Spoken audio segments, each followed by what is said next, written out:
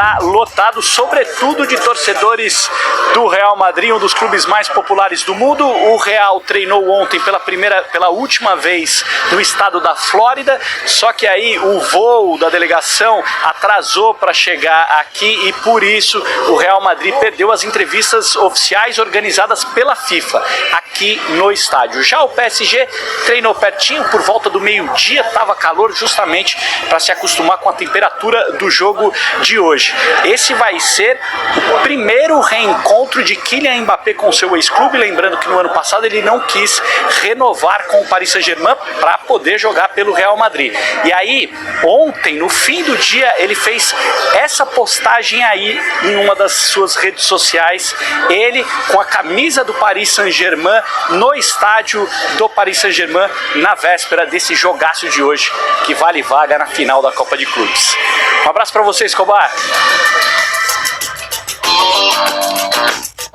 Valeu, Guilherme Pereira, outro pra você, bom trabalho por aí, meu irmão. Agora é o seguinte, pros clubes brasileiros a vida segue e o Brasileirão volta.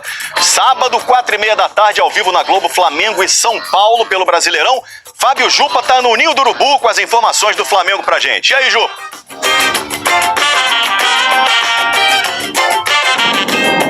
Oi, Escobar, boa tarde pra você, boa tarde a todos. A ideia do Flamengo é ir com força máxima contra o São Paulo e o Felipe Luiz tem 3 dias para resolver alguns problemas. Um deles é a ausência do Pulgar, que passou por uma cirurgia no pé direito, vai ficar até 3 meses fora. O outro é a ausência definitiva do Gerson, vendido para o Zenit da Rússia. Flamengo tem 3 jogadores disputando essas 2 vagas, o Everton Araújo, o Alan e o De La Cruz. Outra expectativa é pela escalação ou não do Pedro como titular. O Pedro que esteve no centro de uma polêmica também. Ele estaria insatisfeito de estar sendo pouco aproveitado no time e o Flamengo teria interesse em negociá-lo, que o Flamengo desistiu, o que o Flamengo negou. Flamengo, é nesse contexto que o Flamengo vai enfrentar o São Paulo para defender a liderança do Campeonato Brasileiro nesse sábado. Escobar, eu volto com você.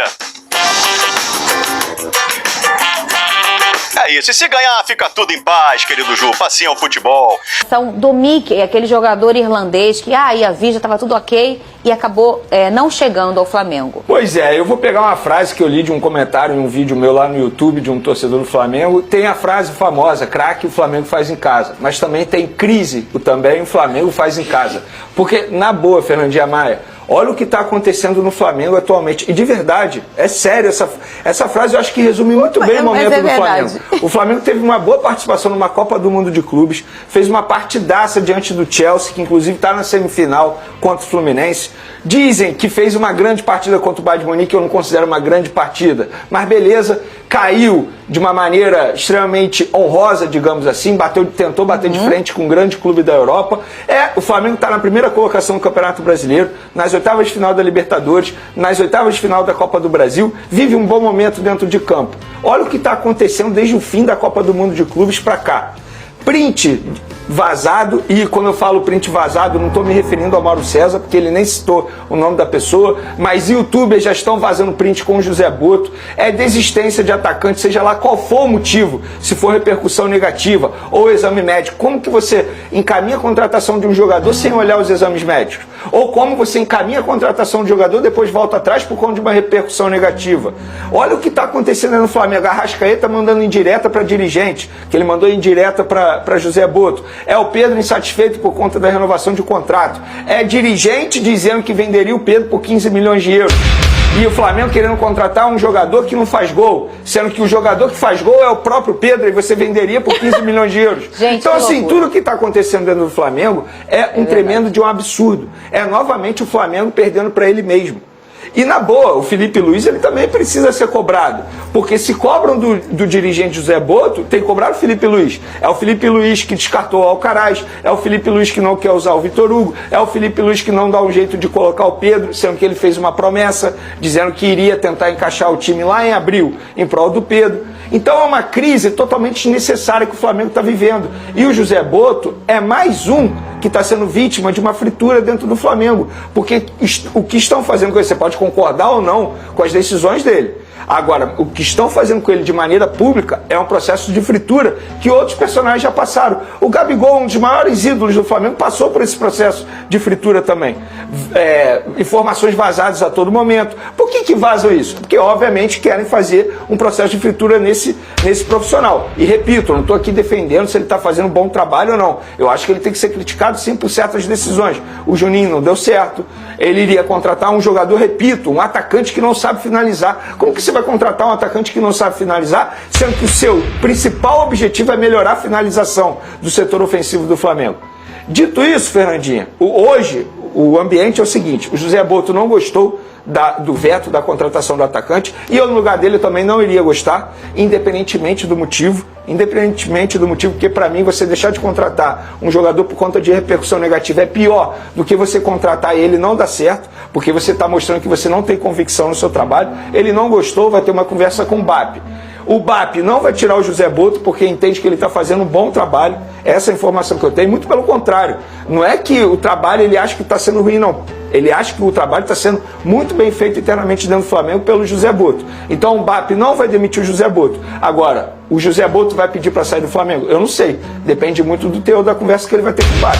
Porque se ele ouvir que novos vetos irão acontecer, obviamente ele vai pedir para sair, porque quando ele chegou ao Flamengo, ele ouviu que ele teria, entre aspas, carta branca para fazer aquilo que bem entendesse. Informação sua, o Felipe Luiz já tinha até conversado com o jogador Mickey, né? O Felipe Luiz iria relacioná-lo já no sábado contra o São Paulo. Pelo menos essa era a intenção do Felipe Luiz. Imagina o Felipe Luiz sabendo que ele não foi contratado. Repito, não importa o motivo. Seja lá qual for o motivo, existe um erro dentro do Flamengo, porque eles precisam de sintonia. Como que você contrata um jogador que os exames mostram que ele não iria te entregar a minutagem correta? Ou como que você deixa de contratar um jogador por conta de repercussão negativa? Independentemente do motivo, tem um erro dentro do Flamengo. E esse erro ele precisa ser ajustado. Isso não pode mais acontecer. Você acha que a fritura é torcida Flamengo ou de interna Flamengo? Interna, e aí a torcida do Flamengo é usada. Abraça, né? É isso, exatamente. Lucas Pedrosa, alguma novidade? Não. Porque assim, se a gente for olhar o que esse torcedor fala, como é que é? É crise você faz em casa. Eu queria lembrar o nome desse torcedor, obrigado, porque eu vi num comentário num vídeo meu lá no YouTube. Mas é perfeito. E quando eu li, eu falei assim, cara, esse comentário aqui é perfeito. Porque isso não é de hoje, Lucas Pedrosa. Vamos trazer um outro personagem que sofria bastante e fazia um bom trabalho. Às vezes errava, às vezes acertava, como qualquer pessoa no mundo. O Braz. Ele errou muito e acertou muito. Veja o que ele escolhe. Inclusive, e o que ele está faz participando desse processo, porque nas redes sociais ele está postando um videozinho, debochando, sendo que atualmente ele é dirigente do Remo. Então por que ele está se metendo na história? Mas porque funciona desse jeito, porque ele já sofreu isso, não, o Pedrosa? Algum outro dirigente antes dele já deve ter criticado ele. Como a gente já noticiou aqui tantas vezes, né? Esse clima político de situação e oposição, ele é muito quente sempre num clube tão assim grande como o Flamengo, né, o Pedrosa? É porque assim, a gente, para analisar essa situação toda, teria que recapitular o ano. Como é que o Boto chega? Ele chega para ser o grande dirigente do Flamengo, com cancha de Europa, com cancha de scout, por ser aquele cara que consegue buscar jogadores que talvez nem todo mundo conheça, mas ele tem um olhar para um cara do mercado alternativo que vai conseguir render. E que era uma reclamação que a torcida do Flamengo fazia, porque o Flamengo, com o Marcos Braz, sempre ia nas estrelas. Vou lá buscar fulano na Europa, sim, vou lá buscar ciclano, vou fazer viagem, não sei o quê. Olhava até pouco para o mercado interno, não olhava tanto para o mercado interno. Então, a chegada do José Boto criou uma expectativa dentro do Flamengo de que, olha, ele vai conseguir trazer caras que vão pensar ali, um valor ok, Flamengo com a marca que consegue atrair, e esse cara vai dar certo por aqui, daqui a pouco vai estar valendo muito mais do que quando ele chegou. Só que isso não aconteceu. A grande contratação do Flamengo nesse período todo foi o Jorginho, e muito porque o próprio Jorginho também fez força para estar no Flamengo, e o Flamengo conseguiu, com o processo de convencimento, trazê-lo. Ótima contratação. O Juninho, é até difícil você falar deu certo ou não deu certo, porque as oportunidades que o Juninho teve foram oportunidades assim, pequenas na minha visão, para você definir que esse cara não deu certo em 5 meses de clube. Eu acho que o cara tem que passar por um processo. Agora, desde o início, já era uma contratação duvidosa. Porque você vai buscar um jogador de 5 milhões de euros no mercado totalmente alternativo para vestir a camisa do Flamengo, quem aguenta? São poucos que aguentam. O jogador, o Mickey também, gente, Independentemente de qualquer coisa, eu acho que é o seguinte, ele está sendo esvaziado. O José Bottas está sendo esvaziado dentro do Flamengo. Porque se o presidente toma uma decisão de vetar uma contratação que o diretor acertou com aval do técnico, tem alguma coisa errada. Tem alguma coisa errada grave. Agora, a gente pode discutir, esse veto foi certo ou não? O BAP como presidente, olhando lá, 35 milhões que seria? 35 milhões. 35 milhões de reais, mais os 40 do Juninho, quase 80 milhões de reais em 2 jogadores.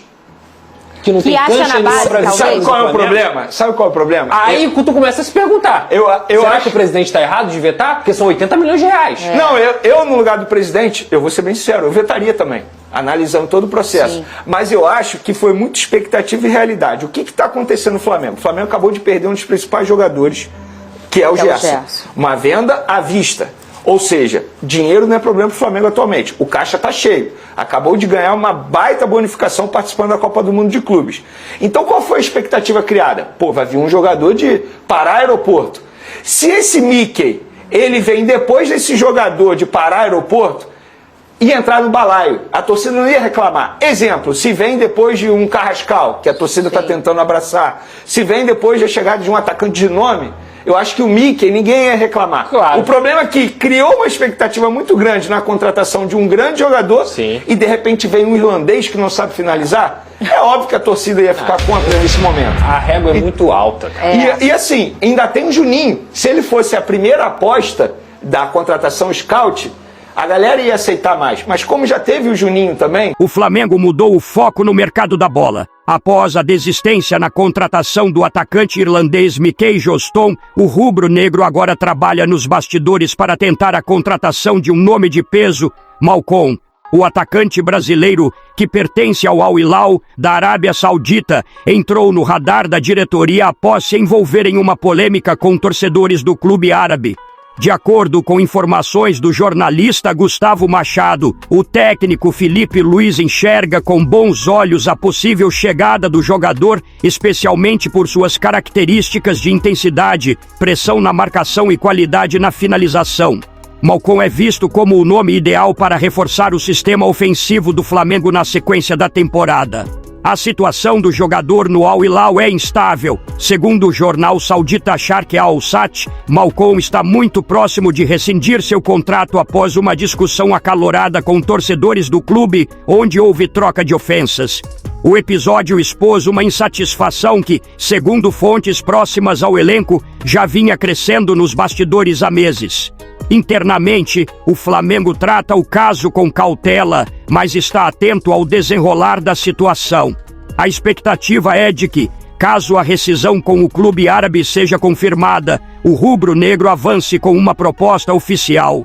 Ainda de acordo com apurações, representantes de Malcom já foram informados do interesse do Flamengo e sinalizaram de forma positiva. Agora eu quero saber a opinião de vocês. Malcom vai ser um bom reforço para o Flamengo? Sim ou não? Deixe sua opinião no comentário. Não esqueça de curtir o vídeo e inscreva-se no canal para não perder nada do Flamengo. Até a próxima e saudações rubro-negras.